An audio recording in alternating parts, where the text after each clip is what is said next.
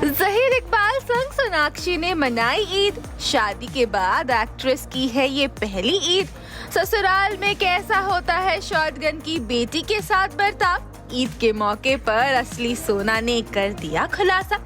आज पूरे देश भर में ईद मनाई जा रही है। रमजान के पाक महीने के खत्म होने के बाद आज ईद का खास मौका आया है, तो इसके जश्न में हमारे बॉलीवुड स्टार्स भी डूबे हुए हैं। और बी टाउन की रज्जो रानी और एक्ट्रेस सोनाक्षी सिन्हा के लिए तो ये ईद हर मायने में बेहद खास है।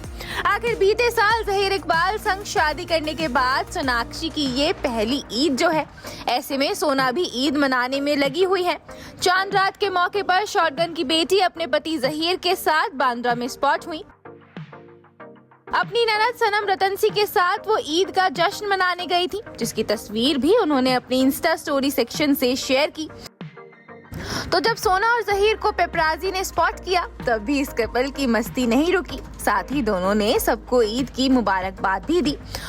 अब ससुराल में सोनाक्षी की पहली ईद तो है ही, वहीं इसी खास मौके पर सोनाक्षी ने जमाने के आगे ये भी रिवील किया है कि उनके सास ससुर उनके साथ कैसा बर्ताव करते हैं।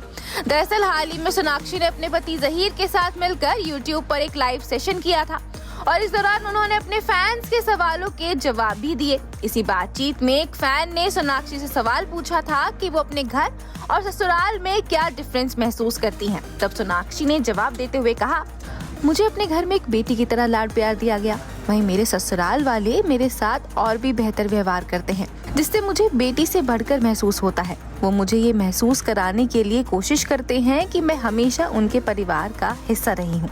मुझे लगता है मैं बहुत सौभाग्यशाली हूँ कि मुझे ऐसे ससुराल वाले मिले हैं।